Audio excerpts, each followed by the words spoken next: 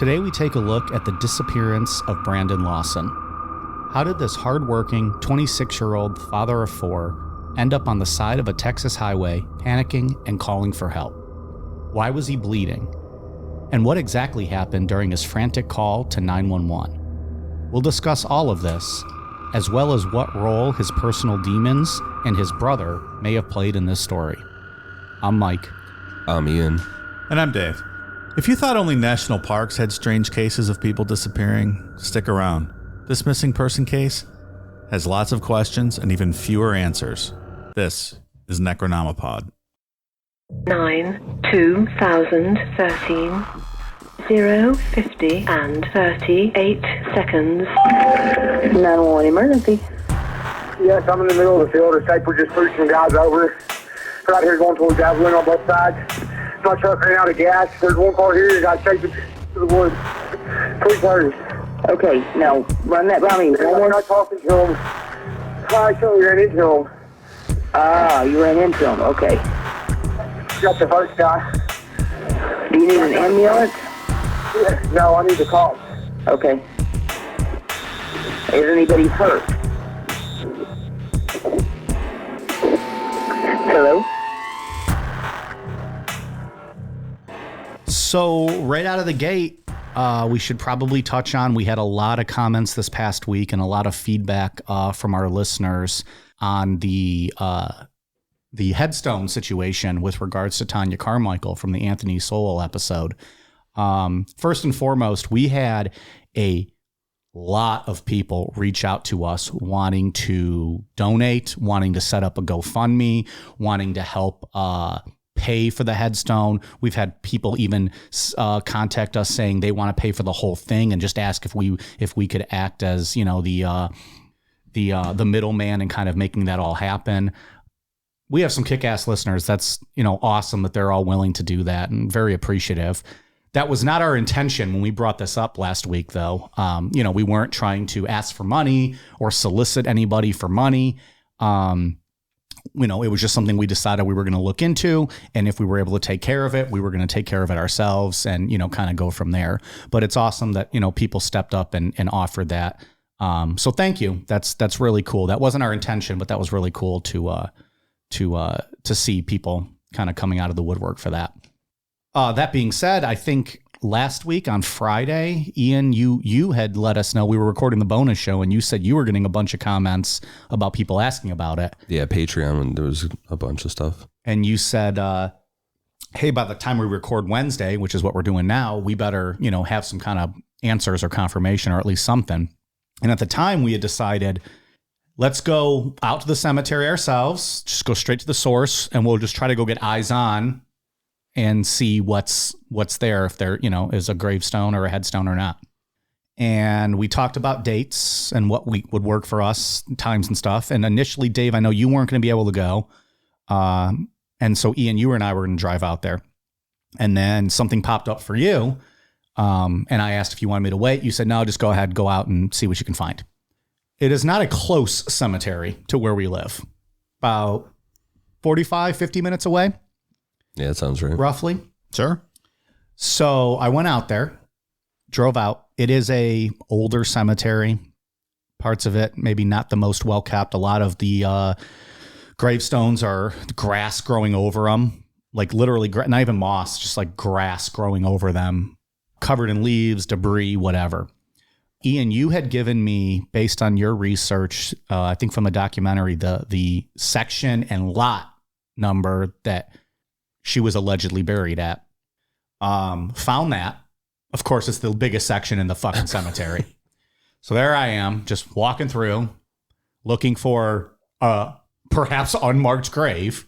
And a lot of those lot numbers, like the little plates that mark the lots, those all get buried pretty quick, you know, covered in dirt and debris, because there's headstones. You don't need the lot numbers necessarily. So, you know, I'm looking for any little shred of anything I can find. Sounds like a clit search. Sounds very familiar, this tale of woe. Exactly. Like you sent me on a no man's land mission to find something that doesn't exist. So I you know, walking around as much as I could, did not have much luck. was in the cemetery looking for about an hour and 15 minutes. Ended up coming home. Overall, it was about a 3-hour mission for me. I did an investigative reporting. Got home, told you guys about my discoveries or lack thereof. And Ian goes, all right, no problem. I'll give the cemetery office a call. 90 seconds later, this motherfucker finds out what? She does have a headstone. It was put in last year. Not sure by who. If it was the family or if it was actually the city or what, but she has one. Very good. 90 seconds. Good job, Mike. A phone call we could have made. It's a note going in your file, pal. Just saying. So the good news is she does have a headstone. Glad to hear it. Ian, like you said, they weren't exactly sure, or they didn't say who put it in, who paid for it. But Tanya Carmichael does finally have a headstone, so which is good, well deserved. Everyone at least deserves that. Yeah, at the very least. Why we decided we needed to go out there in person to see it, I'll never know. I would like to reiterate that was a group decision we had made. I just happened to be the one that made the trip. I feel like I suggested that. I didn't want to throw you under the bus, but you absolutely did. Yeah. Well, Ian and I were texting outside of the group, seeing if we could get you, make you drive all the way to the other side of town for the afternoon. Certainly was a commute. And then I asked because I was in that section, but I did not see the gravestone. It was a big section, and so I could have missed it. But anyways, she has a gravestone, which is good, and that was that's what we were looking to do. So very good. I feel like that episode of The Office where Dwight and Michael go out to whatchamacallit's house to try to save the company. Oh, yeah. And then they get the phone call that because of like behind the scenes, whatever, switching of stuff, like the Scranton branch is not going to close. And like, we did it! We did it! Like, what did we do? I don't know. So yet again, we fall ass backwards into mission complete. But anyways, good for her, and happy for her family too, and for her daughter. So, and again, thank you to everyone who reached out to us wanting to help out with that. Yeah, very kind. If you're still interested in doing any of the helping out, what was, do you remember the website we talked about last week for the rape test kits? Endthebacklog.org. Endthebacklog.org if you're looking to help out in any way, or if you were wanting to donate to the headstone, you might want to check that out as a good use of, your money if you're looking to help out a cause. So anyways, that's what I got going on. Today is the day we're recording this, the anniversary of the Kent State shootings. Have you ever heard of that, Mike? You familiar with that event? No. What is that? Well, the Ohio National Guard did a thing. Interesting. I'll have to look into that. He's drawing a blank. Yeah. I'll look into that and get back to you guys. Let us know if you find anything out about it. All right, I'll check it out. Another investigative. Yeah, I'll check it out. Journalism on it. Cool. All right. May the 4th be with you, Mike. So, was that Star Wars? Battlestar Galactica? No, it's Star Trek, you foolish boy. That was it. That was all I had for the intro. It's good. Good closure. People, go ahead. I'm sorry. I would say good closure on a terrible, pretty awful story. People like the missing people or missing persons episodes. What was the last one we did? We did that guy in January who had the pink drawn on his car, the lips. Oh, Zeb Quinn. Zeb Quinn, I think, was the last one we did. We don't do these as often, but people seem to enjoy these ones. I kind of fucked this one up, though. You certainly did. We had Brandon Swanson on the list because we are going to cover him eventually. It's another very popular missing persons case. Then I saw you, Dave, posted something about Brandon Swanson. I'm like, it's Lawson. We're doing Brandon Lawson. I was wrong. You smoke a lot of weed the morning when you write the outline and do the wrong story. Yeah, there's some memory issues. Ian's like, yep, that's exactly what happened. Because I'm like, well, I already wrote the outline for Brandon Lawson, so we're doing Brandon Lawson this week. Here we are. Fair enough. So Brandon Lawson was born on November 18th, 1986 in Fort Worth, Texas. Right around the time you guys were born, no? It was about your age. I was born in January of this year, so about 11 months older than this fella. I was born Ian was not alive. No, I was January of 1987. Oh, this fucking young chap over here. By all accounts, Brandon Lawson was a great, loving, hardworking guy. He had been with his girlfriend, Ledessa Lofton, for about 10 years, which at that point made them married under common law in Texas. So hardworking guys. So the comparisons stop at the date of birth with you guys. Go ahead. I mean, I'm sitting here drinking a whiskey. You guys are educating me on a story, so it's not much, but it's honest work. They had 4 kids, 2 daughters and 2 sons. I believe one of the daughters was Ledessa's from a previous relationship, but by all accounts, Brandon was a great dad. At the time he disappeared, Brandon was 26 years old, and he busted ass to provide for his family. At some point, Brandon and Ledessa relocated to San Angelo, Texas, where Brandon got work on an oil field. Brandon was working 75 to 80 hours a week on the oil field, which was great money, but like a crazy amount of responsibility for a 26-year-old guy with 4 kids. 80 hours a week on an oil field and being a great dad at the same time. Can't even fathom it. Nope. But Brandon also had some vices. He had issues with methamphetamines. This is just me completely speculating, but I would assume meth would be his drug of choice just based on those hours he was working to stay awake. According to Brandon's brother Kyle and Ledessa, Brandon had been clean for 6 months leading up to his disappearance. I've never done a meth. I've done a menthol. I don't really know about the meth, though. All I know is what Jesse and Walt taught me about meth, so I'm a bit of a non-expert in the meth arena. I watch Cops sometimes. There's on Pluto TV, there's a 24 hours a day cop channel. When people get pulled over and they have meth issues, it doesn't look very fun. I've seen those before and after, aging mugshots with the teeth and all that. It doesn't seem great. Nope. And if you look at the ingredient list, it's all just fucking garbage chemicals, right? Yeah. For the most part. And whatever's in... like the Sudafed stuff? Yeah, and allergy medicine. Yeah. Sounds awful. According to Ledessa, on August 7th, 2013, Brandon didn't come home from work that night, and she had no idea where he was.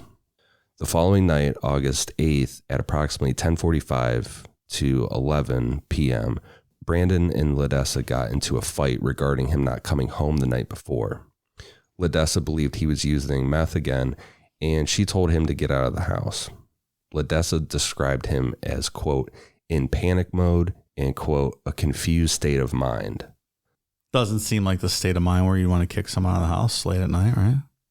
I was kind of thinking that too, but who knows what's going on? Maybe like in that mindset, if you have your kids to worry about. Yeah, sure. You don't know how he's acting.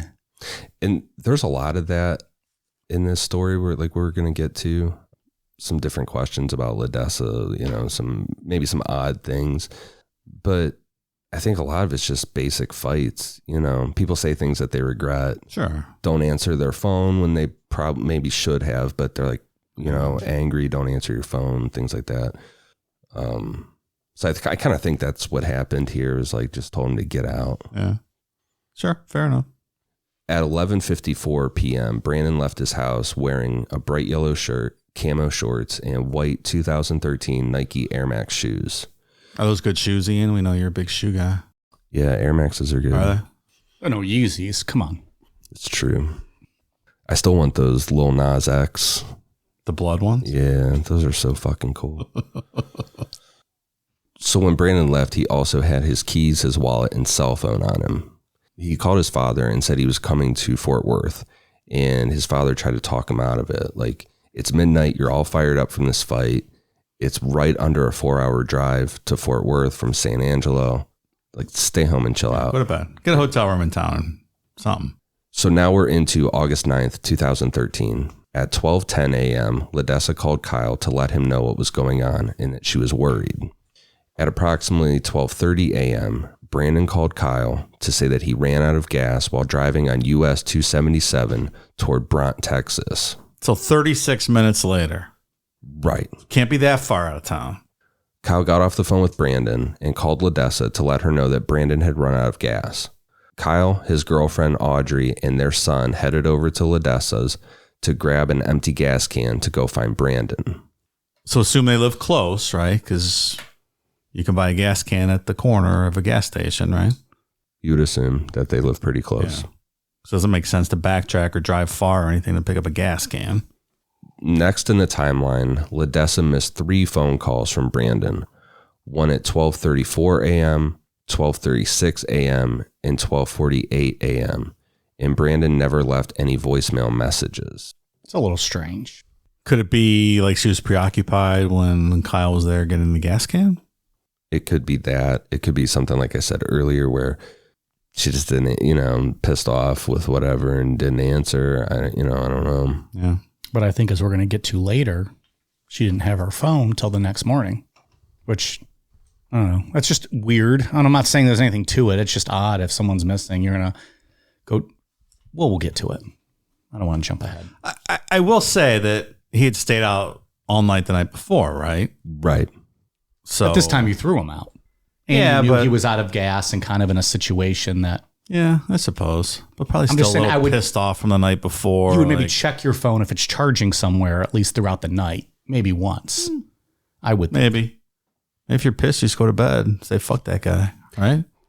Yeah. I mean, I've been in fights in my life where I'm like, I'm not answering the Yeah, fucking right. phone for days. So I think But she already called the brother, said she was worried. I'm not saying that has anything to do with the story. I'm just saying it's an odd behavior to call and say you're worried and then not check your phone again till the next morning. Yeah. Okay. at 12:50 a.m., Brandon called 911.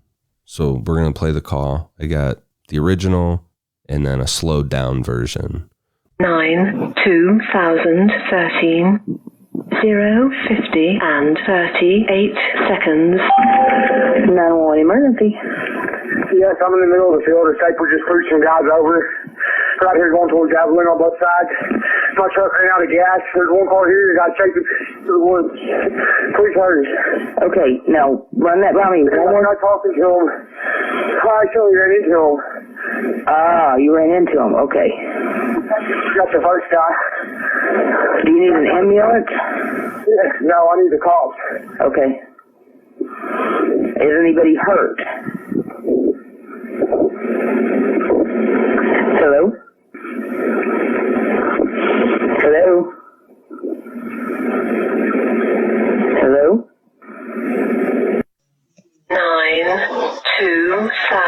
9/2013 0:50 and 38 seconds. 911 emergency. Yes, I'm in the middle of the field. The state just pushed some guys over. Right here going towards Javelin on both sides. My truck ran out of gas. There's one car here that got chasing to the woods. Please hurry. Okay, now run that by me. And when I talking to him, I actually ran into him. Ah, you ran into him. Okay. That's the first guy. Do you need an ambulance? No, I need the cops. Okay. Is anybody hurt?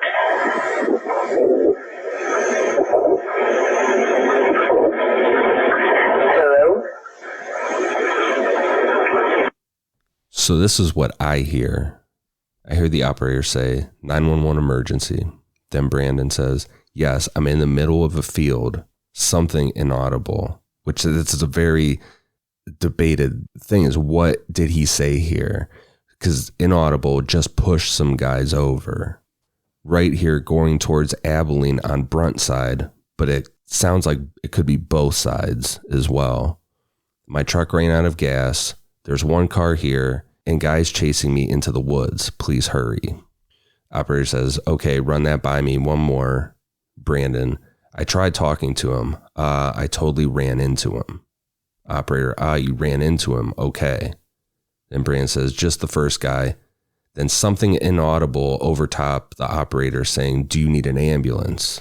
Brandon says, yeah, no, I need the cops. Operator, okay, is anybody hurt? Then you get those 2 or 3 pops that people say are gunshots, and the operator says hello 3 times. Regarding the gunshots that everybody says that they hear, his brother Kyle says that is absolutely not gunshots, that it's the sound of cars driving over a bridge that's over the Colorado River. I don't even hear the pops. I heard what sounded like cars driving by. Definitely did not hear gunfire. That's for sure not. I think everybody agrees. It says, yes, I'm in the middle of a field. Then something just pushed some guys over.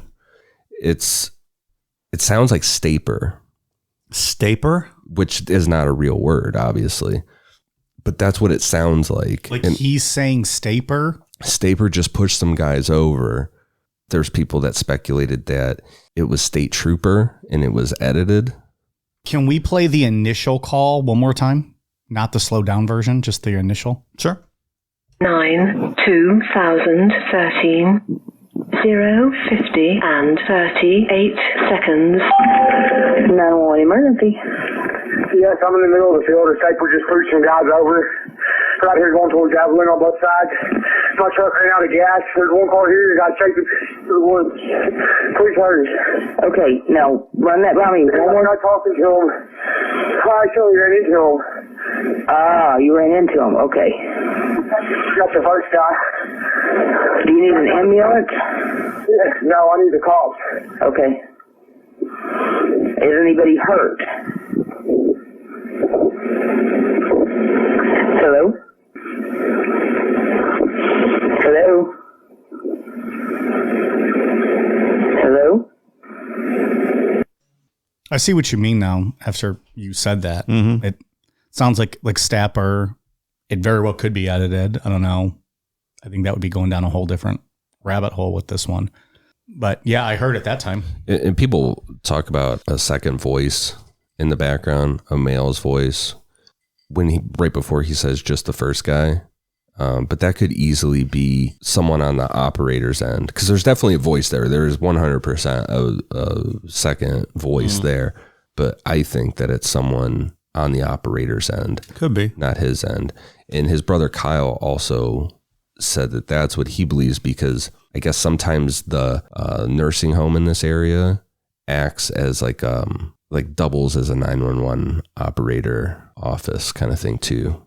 Oh boy, really? Yeah, because it's a really small area. Okay. So that Probably half the calls are just to that nursing home anyways. They're like, we'll just set up shop here. so Gotta they yell out the hallway. Hey, we need you at building or room 4. So there would be more going on in the background, and it would be on the operator's end. Well, that explains it. I guess they couldn't isolate that and figure out which side it came from. I won't make you play it again, but I did not hear a second voice in the background or a background voice. Dave, People can back it up and listen again. hit that. I did nothing that I... 15-second back button. That's right. That's the opposite of the button you guys use to scan through all the ads. Right. Other direction. So he made the 911 call at 12:50 a.m. 8 minutes later, at 12:58 a.m., a truck driver passing by called 911 to report a vehicle parked on the side of the highway with its tail hanging out. The driver didn't see an emergency. He just called 911 because he wasn't from the area and didn't know any local numbers. He was just driving his truck through. Weird to believe that was Brandon's truck. That was Brandon's truck, yeah. And only one car. Right. Just his truck. Where if we were thinking that he ran into him was referring to someone else's car, it doesn't appear another car was in the area at that time. Or at least stopped on the side of the road, visible. 1:18 a.m., Kyle and Audrey called Brandon to find out the exact location of his truck. They said it sounded like he was running through brush, and Kyle heard Brandon say that he, quote, was 10 minutes up the road and, quote, to just hurry up and get here. At some point, Audrey also talked to him on the phone, and Brandon said, quote, "Aud, I'm fucking bleeding." Not long after, they either lost signal or Brandon just hung up the phone. So 118 would be 28 minutes after the 911 call. 2013, they must have had fucking Nextel losing all that service. Sprint. Wow. What was around back then? I don't know. It's out in the middle of nowhere too, right? Probably, but that doesn't make the joke funny. I've never even heard of Nextel. Really? Yeah. They were the ones that had the phones that can also be walkie-talkies. That's right. That's right. Yeah. I don't know I don't know anyone that owned one, but that's what they used to have. Like Namapod here. You guys read me? Over. You guys like, hey, jackass, we're in the same fucking room. Over. Just speak. Yeah, just put your phone down and fucking talk to us like a human. At 1:30 a.m., Kyle arrived at Brandon's truck, but he wasn't there. Kyle got Brandon back on the phone, and while on the phone with Brandon, a police officer pulled up. Now, Kyle said that Brandon said, quote, "one time run," which to Kyle meant run from the police, and he wasn't going to run. Brandon said, quote, "where is your pride, motherfucker?" and then hung up. So this is where this is getting very odd. He called 911 at 12:50 and said that he needed the cops. Yeah. You know, he's in this panic. And then at 1:30, he's telling his brother to run away from the cops. Yeah.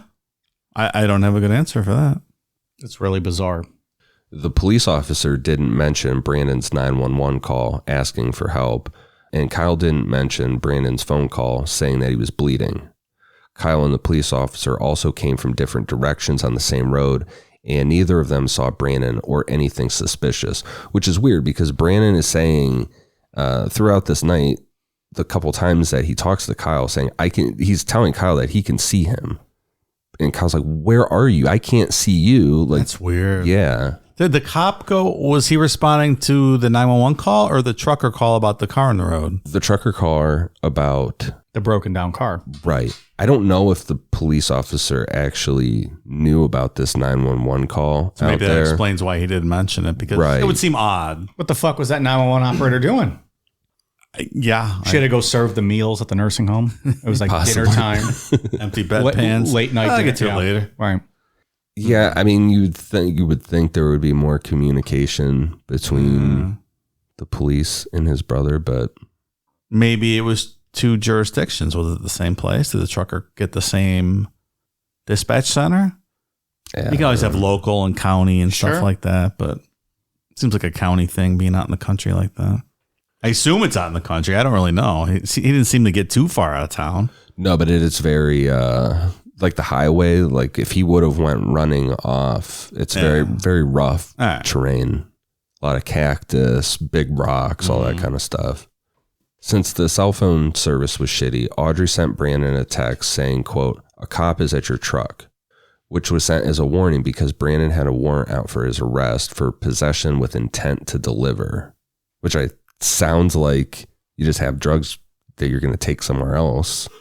Yeah. You know, it's weird. I've never heard that before. Intent to deliver. It's Texas. Who Sounds like knows? something they make up just to bust you and give you a Right. harsher sentence. He looked like he was going to be delivering this to underage kids. Let's lock him up. Death penalty. It's Texas. Death penalty. That's right. You had 2 baggies of weed, a half a gram in each baggie. So that's more than personal consumption. You're trafficking. Intent to 20 deliver. years. This whole timeline now is not very clear. From 1:30 to 4:30 a.m., Kyle said he drove up and down the highway calling out for Brandon. At some point, he had to leave to get his son food. Kyle said that a few of his coworkers or friends helped look, but he wasn't clear on the details of that, like names or if they actually got out of their vehicles to look. That's all we know from 1:30 to 4:30. You said some of those calls, Brandon said, "I can see you." Right. out He on the told road. Kyle that I can see you. Man, that's weird. At approximately 4 a.m., Ledessa woke up and noticed multiple missed calls from Kyle, Brandon, and Brandon's mom. Ledessa said her phone had been in her van because her only charger at the time was a car charger. They only had one wall charger and Brandon had it with him. Ledessa tried to call Brandon back, but his phone went straight to voicemail, and she assumed that he didn't have service. She eventually talked to Kyle, and he told her he's out at Brandon's truck, but they haven't been able to find Brandon. At 5 a.m., Ledessa called the police to report Brandon's truck is being abandoned and asked if they had any information, to which they didn't. At 7 a.m., Kyle put gas in Brandon's truck in case he came back, and then at that point, Kyle went home. Seems like something you would have done the night before, maybe? But if he was around the truck all night and kind of just going up and down searching, maybe he just didn't get to that. He was going up and down the highway all night, right? But he left to take his kid home. Like, if you had the gas, you'd think you'd Yeah, at least it's leave a it little sitting weird. You next would to put the it- car. Yeah. Or maybe you're frantic. You don't really think about it. I don't know. There's a lot of time that passes from, 1:30 till 7 a.m. And to my knowledge, when he went to get his son food, he didn't just take his kid home. It was like drove to the closest fast food thing and then went back to searching. It's 6.5 hours. It's a lot of time without calling the police to come out and search more. How did he leave it with the other cop, though? That's what I was He gonna already say, like- there with the police. Shouldn't the other cop have sort of facilitated that? Was it too early for that? What's the thinking? This is where we're going to get to after the ad break, some of that theory about what could have happened here. Mm-hmm. Yeah. Like, so we don't even know if the cop knew that Brandon was missing Right. when he showed up. And I get if your brother's got a warrant like that and you're like, I'm talking to him, he sees me, let me just get rid of this cop. I'm not going to. But then what conversation would Kyle have had with the police? Kyle's at the truck. The police is going to ask, well, is this your truck? What's Kyle going to say? No, I'm just helping. I'm just saying it's interesting how that would have went without getting to what the actual truth was. How do you kayfabe that? Yeah, I don't know. But he probably just started walking away, trying to get gas. We'll find him, no big deal. They pushed the car over or something. The cop left. Yeah, I mean, maybe it would just be, trying to get the cop to leave. That's what I would do. Yeah. Because then at 5 a.m., Ledessa reported it as an abandoned truck. Right. So now at 5 a.m. now, they're being told it's abandoned. I feel like Kyle could have easily talked his way out of that situation. Like, just get this cop away. Just be short with him. Oh, yeah. As short as possible. Cop doesn't want to go. He could have. Yeah. Trudging through the right. the brush looking for someone. If they say you're good, they're going to go. Then at 8:30 a.m., the sheriff's department had Brandon's truck towed. And that is the end of the timeline. The last thing you had said, just because you said you had lost your train of thought, was that there was like that 1:30 to 7 where there's just that long space of time without calling the police. Right. That's what you had said. And then Dave and I took it from there. I don't know if you had a thought with that or. I don't know. Maybe it'll come up later with the final theories, after we get into some of that stuff. But it's just a really long period of time to be out there searching. The only thing is if like you said, when Brandon's telling Kyle, I can see you. Yeah, like, all right, let's get rid of this cop. I'll go find him. He's obviously right here. Right. And that would stop me from reporting him as missing. Yes. Because I would be wandering up and down the highway like, just fucking come out, you know? At some point, you're getting a little more worried. Like, all right, it's taking a long time. But then you're still like, I don't want him to get put in jail for this warrant tonight. So you're kind of, let me look a little bit longer before I actually call the police. And then time gets away from you. And all of a sudden it's sunrise. And you spoke to him. He said he can see you. Mm-hmm. So now you're thinking, all right, well, let me just save him from going to jail. Yeah. And what I find out about this is that from the reporting I read and used for this, like news articles and stuff, there were no cell phone calls or text messages reported after 1:30 when he called him on the phone, when he said, "Where's your pride, motherfucker?" Mm-hmm. As far as reporting is concerned, like on, news outlets, things like that, there was no communication after that. That's the last time. It's a lot of time, 6.5 hours to have no communication without, then reporting it. But I think it's explainable. Yeah, it's definitely explainable, not wanting to get him in trouble. Yeah. So there's some factors to get into after establishing the timeline. And I'm sure we'll go back and reference the timeline when we talk about this stuff. Brandon had been experiencing paranoia the day he went missing. He told Kyle that Ledessa, quote, had people from their neighborhood after him. There's also reports that he said that there were Mexicans after him. Yeah, I read that too. Ledessa doesn't know why Brandon said that, and Kyle was adamant that Brandon was just being paranoid, that there was no truth to this at all. Like we said earlier, Brandon had an outstanding warrant. Kyle believed that this was the reason that Brandon was hiding from the police officer at the scene. He didn't know that Brandon had called 911 and didn't realize how serious the situation was at the time. He had no idea that his brother was in any danger. All he thought was that the car, he'd run out of gas in his truck and he wasn't coming out because a cop was there. But he did, in fact, call and ask for the cops. which is very strange. Which conflicts with him apparently seeing them standing there and not coming out. Yeah. When Brandon told Kyle that he was bleeding, Kyle just assumed that he had tripped or ran into a cactus. Going with the cactus being the cause of Brandon's bleeding, the terrain in the area where Brandon disappeared was extremely rough. There's a bunch of wild hogs and rattlesnakes out there. Also, the Colorado River was right next to where Brandon went missing. But at this time, it was going through droughts, and the river was said to be knee-deep at its highest, so it's unlikely he would have drowned or been swept away by the river or anything like that. But to my knowledge of watching animal shows and different things, the wild hogs out in Texas will fuck you up. Those things are terrifying. Those are nasty fucks. Yeah. Can you imagine being like off the side of the road on a Texas highway in the middle of the night with hogs and rattlesnakes and you have a pair of shorts on? No. Fuck that. Even a pair of jeans, I'm not surviving. Yeah. Even anything, but just so vulnerable like that.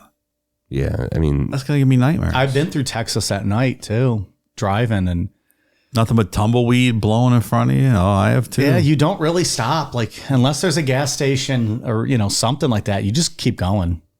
It's too dark. That's the biggest thing. Like, you just don't know what's out there. Especially for my small bladder. That could be troublesome. the area where Brandon disappeared had been searched many times, both on foot and from a helicopter. Thermal imaging cameras, plane searches, and cadaver dogs were all used, but none of Brandon's items had ever been recovered. After helicopter searches, the Coke County Sheriff said that there was no sign of a struggle, and that one spot underneath a tree appeared to have indentation marks. This led police to believe under that tree was where Brandon hid to watch Kyle and the officer at his truck, which would make sense, where he said, "I can see you guys." And then Kyle's like, "I can't see you," but So I'm sitting down under a tree. yeah. Brandon withdrew from his 401k right before his disappearance. I've seen it reported that he pulled all of it or just a portion, but either way, LaDessa did confirm that he had pulled money from his 401k. She's unsure if Brandon ever got the money, but she did say that his last paycheck was direct deposited and Brandon never accessed the bank account or used his debit card. With this knowledge, police worked on the theory that Kyle either helped Brandon run away to start a new life, or there was some type of foul play with Kyle involved. Kyle agreed to take 2 polygraph tests, and he passed both of them. So I also read that he was about to start a new job in a couple of days. So maybe he was just taking his 401k and rolling it over because he was done at the old place. Yeah, that's Isn't very that possible? because that's where it ends with the 401k. As far as I know, That's not enough of a basis to say, "Oh, your brother helped you escape or start a new life." That's nonsense. yeah. Doesn't prove anything. And as far as polygraphs, Well, we know how that goes. we know how that goes. We call them nonsense when they, When they show fail. someone as guilty. So I'm going to say the same thing about showing someone as innocent. Right. You know, an interesting fact about polygraphs that I learned the other day. I can't remember what I was watching. Something true crime related, but psychopaths can trick lie detector tests. You know, they can lie and it doesn't detect. There was an expert saying that the best way to figure out if a psychopath is lying on a lie detector test is that if it spikes a couple seconds or like 10 seconds or so after they answer the question, because they get excitement that they think that they got away with it. Yep. That's interesting. Yeah, it like peaks that they're like, yeah, I got off with that. Aren't you supposed to put a tack in your shoe and step on it so Yeah. you constantly spike and they can't identify the lies? That's what I do when I take my polygraph test. Are you the father? Step on the tack. No. Pass. No problem. Fucking Maury ain't gonna get me. He retired recently. I know, but he's been out after me for years. Oh, yeah. Are you under the impression that's how they do the testing? I or- put him in retirement. Mike's DNA was so strong the samples melted through the container. I'm pretty they were sure- never ever actually able to test the DNA. I'm pretty sure, Maury, there's no testing going on of anything whatsoever. It's literally a script they hand you and they say, "Hey, do this." And then our cameraman's going to chase you into the parking lot. Sticking with the police investigation, there's some fuckery going on with Coke County Texas newspaper, The Observer/Enterprise. 3 years before Brandon's disappearance, the newspaper was bought by Sheriff Wayne McCutcheon and his wife Melinda, which seems like a huge conflict of interest, that law enforcement owns the local media. Doesn't seem outlet. great, right? No. I mean, it's not illegal, I don't think. No. But headlines every day. Sheriff's fantastic. He's really cleaning up the crime in this town. Crime rate plummets to -2%. Kind of sounds like today, to be honest. On top of being the wife of the sheriff, Melinda McCutcheon is also the publisher and editor of the newspaper. She posted articles with headlines like "Law Enforcement Concludes Man Not in Coke County" and "Missing Man No Longer in Coke County." Even though there was no real evidence to support making those claims, she was really rolling hard with that Kyle had let him get out of or helped him get away to start a new life. One of the other unbiased headlines read, "Sexy Sheriff Slays Assassin." Was very good in bed that night. I'd imagine. I don't know, but I don't subscribe to this newspaper. Do another investigation. You want to drive down there? You guys going to send me down there? Go pull the archives. You can go to... I'll come back. Ian's like, yeah, I just called them. Got all the information. They emailed it. Send me a zip file. Fucking drive 13 hours. Mike's in the microfiche room for, 36 hours straight. Fighting off wild hogs. With my wild hog. Whip him in the face with that. We'll see who's laughing. Spoiler alert, I'm laughing because I won. Less than 2 months after Brandon disappeared, Melinda posted to the Observer Enterprises Facebook page, quote, "In conclusion, there were many poor decisions made that night and during the next few days. However, they weren't made by the Coke County Sheriff's Office." Hey, it's ridiculous. Come on. Yeah. Fucking missing person. Give me a break, lady.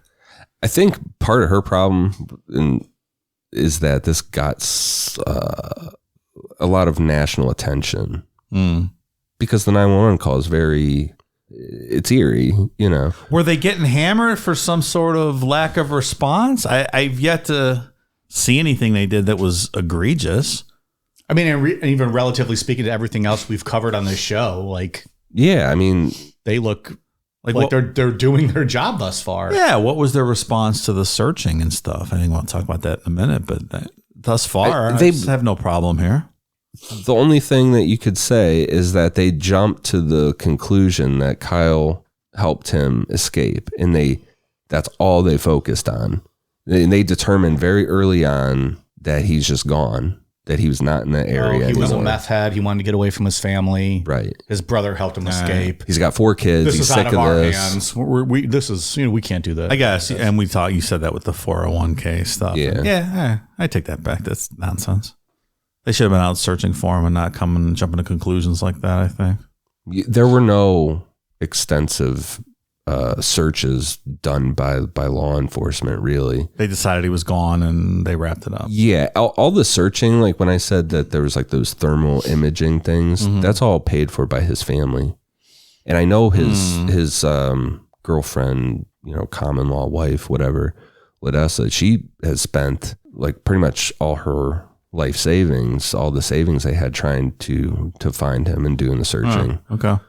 Yeah, I mean, the police didn't really do much besides the sheriff's wife running her mouth Here on I Facebook. was trying to give the police the benefit of the doubt so people wouldn't yell at me. And it seems they weren't as bad as inadequate many response. of the police departments that we've covered, but not a good one still, probably. It's very quick to just close the door on this case. And I don't like this PR job here. And this is the worst part. You know goddamn well this lady ran these fucking headlines by the sheriff before she ever printed them. So fuck you. Melinda McCutcheon, more like Karen McCutcheon. She also speculated through the newspaper's social media accounts theories about Brandon just running away. On Facebook, Melinda also wrote, quote, "My question is, after the deputy left in the hours before the truck was towed, why didn't he go back to his truck and drive off? Could it be he thought he would be stopped while driving? His actions prove he didn't want to be seen by law enforcement. Could it be he still doesn't want to be found, especially after all the publicity?" He fucking called 911 and asked for the cops. Right. 100% speculation. Nothing to base that on at all. Like I said, it seemed like once this got popular with that 911 call and people looking into it, it just seemed like she's trying to deflect everything onto Brandon. Yep. Clearly. And off the sheriff's department. Like, we did everything perfect here. He's just gone. Like, take the criticism, you know? Yeah. Stop. That's your fucking job. That's what we pay you for. You can't just, I mean, I guess you can, but you shouldn't just buy the fucking newspaper. Yeah, right. It's ridiculous. Fuck you. I've never heard of something like that. You guys want to buy a newspaper? I guess we could. I wouldn't hate it. That'd be so much fun. Make the new editorial board and stuff. That'd be awesome. Can't Just cost all that of us. much, right? We are the ones putting in like the letters to the editor. Fucking Jeff Calloway writing letters and stuff. And We can just do it like it's like a long-term text message thread. Since we are the owners and then we're the editors and then we're writing the letter to the editor, could just like write a message to you. You see it Like we Post. next week. Yeah.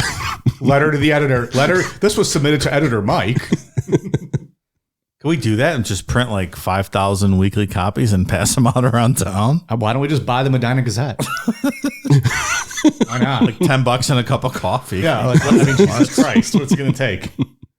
I say we just buy that. Medina Gazette _Namapod. We own That it would now. be really fun. But it's still the Medina Gazette, and we just get a little stamp that has like Namapod on it. Just put that on the front of every paper. We're hand stamping them. Local mayor's a fuck face. That's the headline. We would piss off so many people in this town. Hey, I have an open item. I don't have it in front of me, but to talk to the mayor about something. What was that? Do you guys recall? Do you have it written down? I don't. It just occurred to me. I have it written somewhere. I just don't have it in front of me. Remember, Yeah, it was something what were we stupid talking on a about? statue. Was it a Bigfoot statue or Yeah, was it it was something else? like that. Oh, yeah. You were going to go up and talk to him You about putting a fucking Bigfoot statue made a in. note. Yeah, I have it somewhere. I just don't have it in front of me. It's in my pending file. Why would we want a Bigfoot statue, though? Was it Bigfoot or was it something else? It was a statue or a monument to something, but I don't remember what. I have to go back and look. I don't remember. Maybe the three of us. At this point, Is that what it was? I want our own Rocky Balboa statue in the middle of Medina Square. Like just like Ian sitting like with a microphone with like red eyes, and Dave and I passed out next to him with just beer cans around us. Like that's the statue. Like we should get the keys to the city at this point. Something, right? Some sort of acknowledgement for putting Medina, Ohio on the map. Look, just right? name an ice cream after us at a local ice cream place. I'm fine with that. Or give me a sandwich at a sandwich shop. I just don't want the Larry David. the whitefish. Yeah, whitefish and what is it? Sable with capers. No thanks. So we're going to see that Melinda McCutcheon is just really a fucking idiot. On February 4th, 2022, Brandon's family reported on the Help Find Brandon Lawson Facebook page that a search party had found clothing identified as Brandon's near his last known location, and that the Texas Rangers had conducted a follow-up search of the area and found human remains. DNA results aren't complete as of this recording, but it sounds like the remains will be his. His father posted online that they found the Nike Air Max shoes. And Yeah. And then if this, how big was the search grid? And if this was an area already searched, it's always interesting when that happens. yeah. Kind of has that 411 vibe that they find a body or remains in a place that had previously been reviewed. And I would assume after this much time that it's probably just a bone or a few bones, you know. Presumably it was sitting in the same spot though. So why did it get missed the first time? Yeah. And is this lady going to retract the, what did it say? Missing man, Ran away to start a missing new man life. headline. Yeah. Is she going to run a retraction on that maybe? You would hope so. Should I ask her? I found her cell phone number online. I have it. Should we text her and Sure, ask her? text right now. Go ahead. Hey, I've done my investigative reporting for the week. You do yours. Follow pal. up with her? Oh, Melinda. I started with that. So with this case, I kept going back to the 911 call over and over again, listening to it, trying to, figure out what exactly was being said and make sense of this timeline, because it makes no sense. It makes no sense to call 911 asking for the cops to come, then hide from the cops, tell your brother to run from them. There's just so much that doesn't make any sense in this story, really. And then I found out that meth can cause some psychological issues.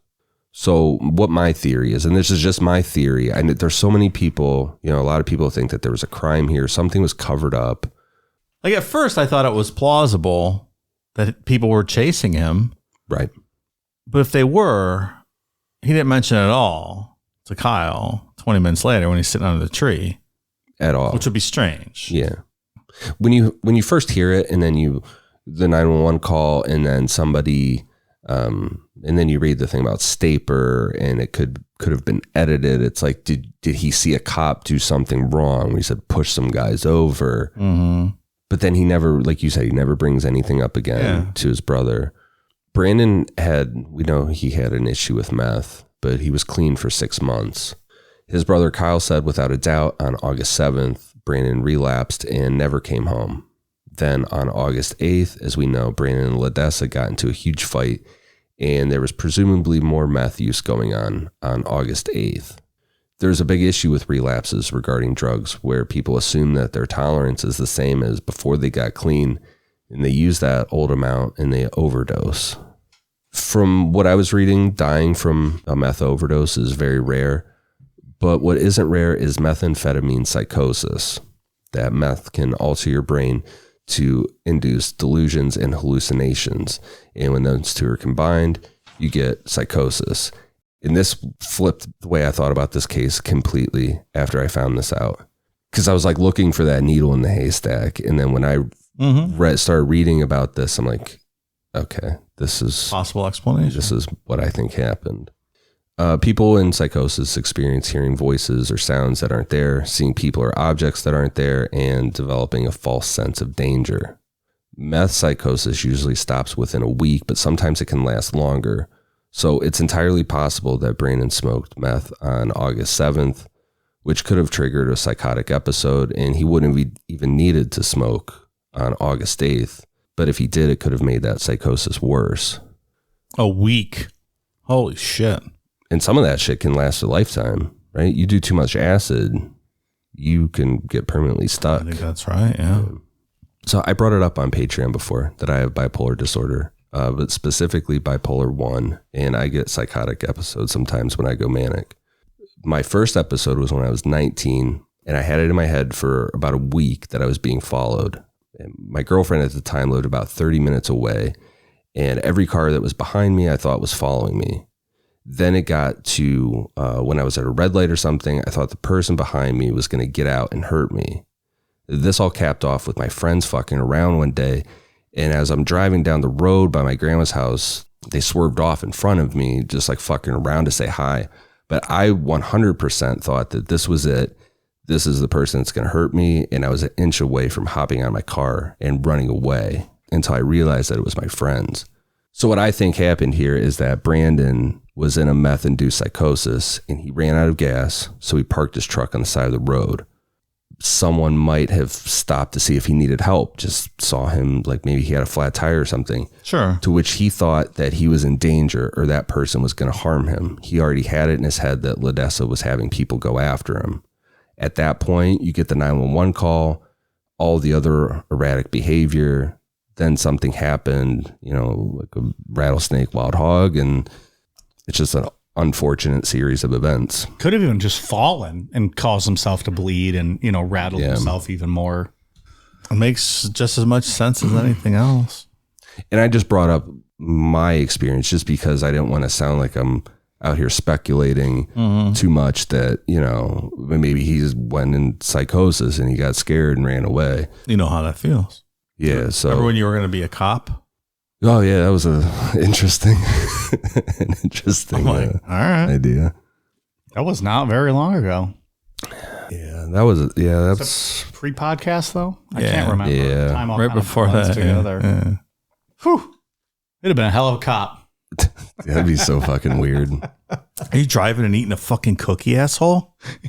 What's wrong with you? He pulls you out of the car and pistol whips you. Fuck you eating. What kind of cookies that? You can't put 10 and 2 on the fucking wheel with a cookie in your mouth. Son of a bitch. Like I said, I sat there forever with this case, like trying to figure it out. And like listening over and over again to the 911 call, like where people say that they hear the gunshots, like those pops and stuff. And I just like randomly thought, I'm like, what could cause, like, could meth actually fuck with your head? Because to my knowledge, it just gets you really high and you're up forever, you know, all sped up. And then I saw hallucinations and psychosis. So I'm like, this is starting to make more sense. I can't come up with any other reasonable explanation. I mean, I thought that, you know, if he's back in the drug game, it's completely possible that he fucked over the wrong people. And maybe they did follow him out of town and were chasing him. But until you get to those phone calls to his brother later, when he apparently is just sitting there and he can see them and not mentioning that, and he's not running and no one's chasing him. And Right. It's just that initial 911 call that would lead you to believe that, nothing else. Yeah. There's no more further proof of that. So I don't have a better explanation. I think things get inflated sometimes as mysterious when there's just, you know, some bad things happen sometimes. Things like this. Yeah. The 911 call is It's strange. Yeah. In the context of your explanation, it's not that strange, though. And there's, you know, I mean, there's some vagueness from his brother. And then I know people questioned his girlfriend, how she had the phone charging out in the van. And I didn't bring that up to suggest that she was a part of anything. I just found it odd, you know, behavior that you called his brother Kyle to be worried about, you know, saying I'm worried. And then you plug your phone in your car and go to sleep for the night and not check it again. Maybe this isn't the first time this has happened. It's happened multiple times. Like, all right, let me call his brother. Yeah. Let him know I'm going to bed. Fuck this guy. I've had enough of this kind of situation. She obviously had nothing to do with it. She, you know, she spent tons of her own money trying to find him. And I did see at CrimeCon this past week, and they did a show with that Crawl Space podcast, and they had her up on stage, you know, talking about the recent events. So she's still hanging in there and is definitely involved. Yeah. Yeah. Hopefully they get some closure, Yeah. you know, with the DNA results and things like that. But that's just my 2 cents on what I think happened with this case. I have no idea what happened, so I'll go with you. That's just the only thing. Because if I wouldn't have looked into the meth psychosis stuff, I would have just been sitting here at the end like, I have no idea any of this. But and I'm not the only one out there that has thought of this, because when I started diving further, people, you know, have brought it up before. I just figured I could throw in some context with my experience with driving. That sounds horrible. Having some issues with that. Okay. Got some new patron shout outs. Look at that list. Quite a few of them today. Thank you very much to new patrons, our Lord and Savior Miller Lite, Jamie, Alex Wishart, Madeline Beadle, Gabe Huberies, Commander of the Seaman Fleet, Michael Gianantonio, Rachel Holtz, Hannah Riley, Kristen Heimer Buke, cheers from Iceland, nice. Amanda Bailey, Grizzly Apples, Clay Moore, Chris Deshawn, Seabass, the Lonesome Listener, Lisa Marie, Ann L. Lingus, Ashley, Concetta Prisco, Travis Jones, Nessa K, B, Erica, Diego Universe, Sweet and Sour Lover 69, Misty Rose, Jupacabra. Sorry, that one twisted me up. Jennifer Kiesling, Seth, Gringo Loco, Carrie Dwyer, Leo Zapita, Heather Redden, Amber Budnot, Psycho Sid's Broken Leg, Johnny Luth, maybe Luth, Joanne Boyven, Skinwalker 99, H-Town Boogie, Drew Ulrich, Cammie Wilson, Dylan Whitehead, Angels Fell, Brenda Fajir, Taylor, Andrew Amon, Jacob Crosswhite, Ashley Starzinski, Brady McCarthy, Five Finger Sex Punch, God damn. Shelby Wallace. That's another word, fisting. I believe so, Dave. I believe that's a scientific version, though. Five Finger Sex Punch. Cunto the Great. Mike's Hung Like a Mouse. Well, that sucks for that guy. Dakota Carlson. Andrea Misunas. Taylor. Amber B. Steven Ensminger. Zach Adamson. Shane Larson. The Urge to Splurge. Lauren. Sarah Wardwell. Hudson Moore. Ryan Taverna. Ian is a sweet baby angel. Thank you all very much. We are at patreon.com/necronomapod. Ian, what was the fake one I added to that list? The anal Angus one. That was it. Yeah, Yeah. got it. I thought it was going to be the first Good one. I can't remember what I read, but whatever that one was that cracked you guys up early on. Oh, that cum cannon. Come thing, Commander? Yeah. The Seaman Fleet or something? That's what it is. Come Commander. Yeah. Dave started laughing halfway through it. I was like, that must be his because only he laughs at his own jokes that Nope. early on. Nope. I knew that one was real because it popped up on my phone earlier. I still get notifications for all Patreon stuff, so I just chuckle God damn. when I see stuff like I that can't pop wait up. for Mike to read that one. I see them pop up, and I'm like, God damn. So we should say it's a little bit of false advertising. Those aren't all of our new patrons. Dave does make one up every week. Well, just one. Well, I don't want to sound like braggarts over here. We were -1 this week on what we read. Yeah. Ann L. Ingus. Yeah. It's not an actual patron. But she should be. She might be next She week. probably has an OnlyFans. Ian, what do you got? For iTunes, I have one for Gase 1010, Dave's Right Nut, College Kid, whole bunch of numbers, Jigs 456, B Savage 73, Paris Holiday, TJ is 51, Mike's Taint. A lot of that kind of stuff going on. People are always liking thinking about Mike's taint. I think I read that on a Patreon last week. Smutty Fang, From the Sip, Foles 136, Josh Airy 8, Echo Unknown, Cray Moore, Miss Artie, C. Ann, Crystal Kell, Alex Russell 513, Rachel Ann, Hobo on the IC, Weirdo for Life, and Now Bar. Thank you guys for the awesome reviews. That's a lot of fucking reviews. Yeah, that's the most I've read in a long time. God damn. What was that one? Gase 1010. That's the young man that's homeschooled and loves the show, but his mom doesn't want him to listen because it's explicit. Yes. Yeah, don't listen to your mom, kid. Listen to the show. Censorship in all forms is terrible. Wow, look at him. If there's something that someone doesn't want you to listen to, that just means you need to listen to it, and it's awesome. Going to learn today. If there's any young man, if there's any books your mom doesn't want you to read those books. Yeah, that's solid advice. That's my advice to you. If there's any music your mom doesn't want you to listen to that music. Is that what we are? Are we the shunned podcast by mothers and fathers everywhere? Well, I so. think that Is that what we've become? that crime con thing that happened means we're a shunned podcast, I think. Because we did not get accepted. There was a lot of podcasts that got accepted there, like to the podcast row, that do not appear to have nearly the following that we have. Think there's a reason for that. Is it because I said I wanted to fight Nancy Grace, perhaps? Could have something. So I'll to tell do you with right it. now, if I see her and I have a chance, I'll punch her in the fucking face. That might get us uninvited from CrimeCon. I mean, Oh, wait. Let me just find my guessing tears here. and like my tissue to cry about it. my video and my Nancy Grace wig. Oh yeah, I forgot about that. Are they really going through and doing all that research, you think? They might. There's no way. I mean, there's probably somebody that listens Hot to. mom. They probably just Googled Necronomicon just a bit, and then But like, you have a video where you're fucking wearing a So Nancy Grace wig.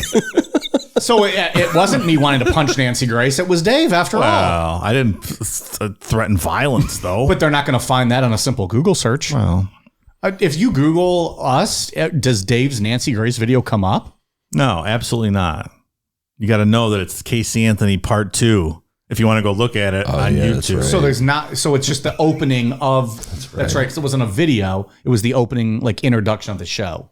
No, I did a video and I just spliced it onto the file for YouTube as an intro. Were you What I holding mean, a it was the plate? intro to a show. Yeah. It wasn't a special video where you were like Nancy Grace. Oh yeah, I speaks just for- put it in front of the Casey Anthony Part 2. Yeah, I had a plate of tater tots in front of me. tot, Mom. And I had a collage. I did my Zoom screen as a collage of Casey Anthony pictures. That's all I think about. Casey Anthony, slut. Places we will not be in the spring of 2023. Orlando, Florida for CrimeCon. Yeah. We might just have to go and walk around. Look kind of fun. I will not go as a jabroni. I'm either invited or I no show. Sorry, that's my thing. Pass out koozies, though. You guys go pass out koozies. Nah, here, I got the idea. We'll just get a vendor table, and when we get there, we'll set up like a table, and it'll be like Nancy Grace used panties. Like $2 a piece. We'll have a whole table of Nancy Grace's used panties. See how long he can get away with it. 3 minutes later, just a video of you guys getting escorted out. We're going to be refunding your vendor fee for CrimeCon this year. You guys are no longer welcome in the building. They're probably not even going to fucking refund it. Just tell us to leave. It's probably true. Like, you must leave now. By the way, we're going to confiscate all these panties and we're going to resell them for $15. I'll wear my wig too, and I'll just sit at the table. Full beard. That's right. Buy my panties. These are the panties I wore in the Tot Mom video. I can't imagine why we didn't get accepted there now.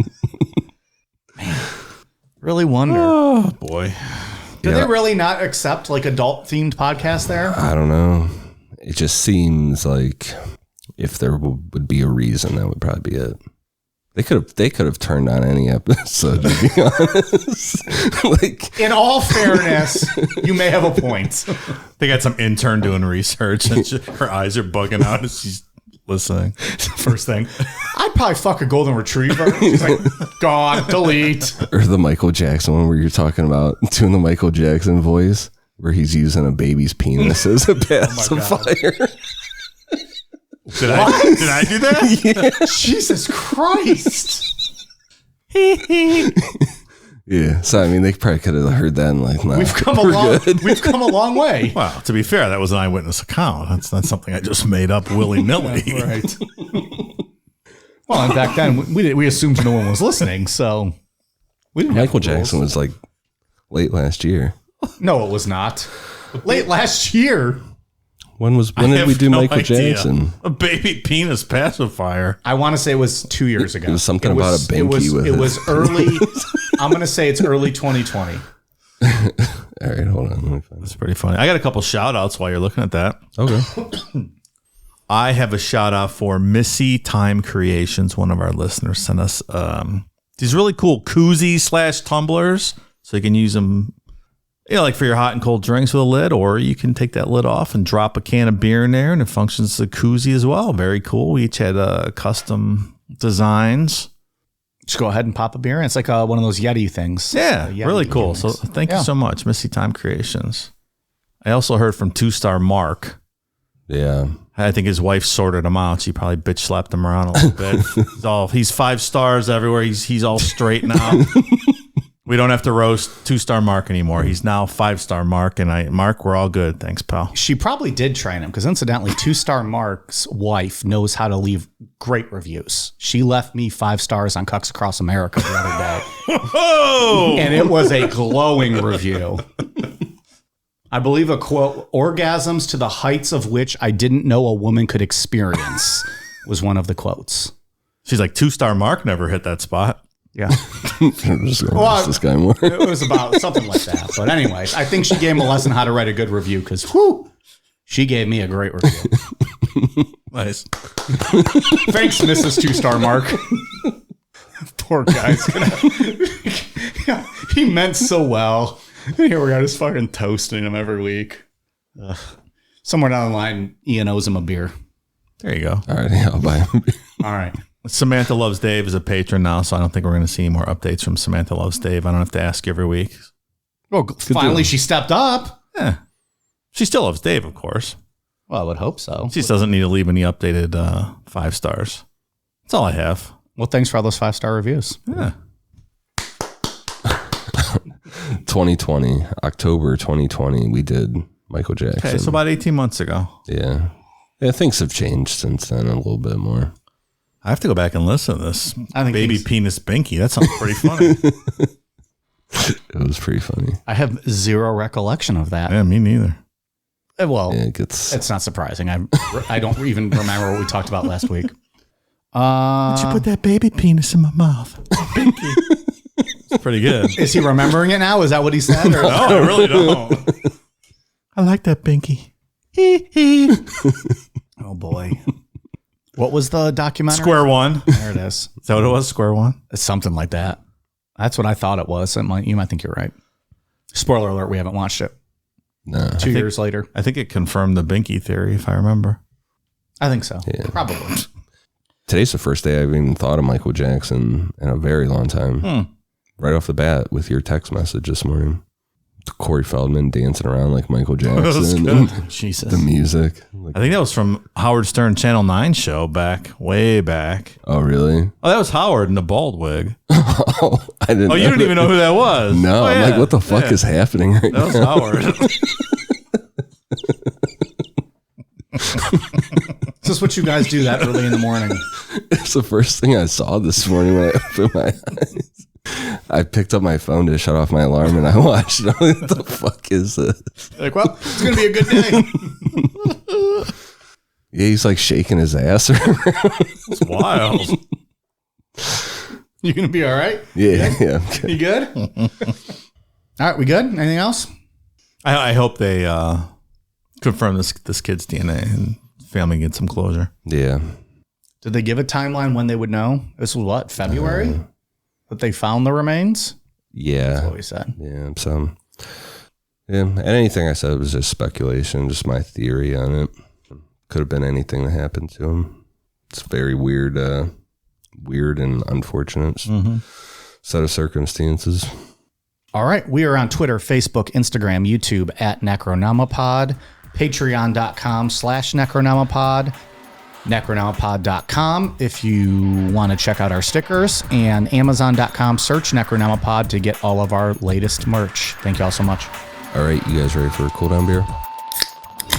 Cheers.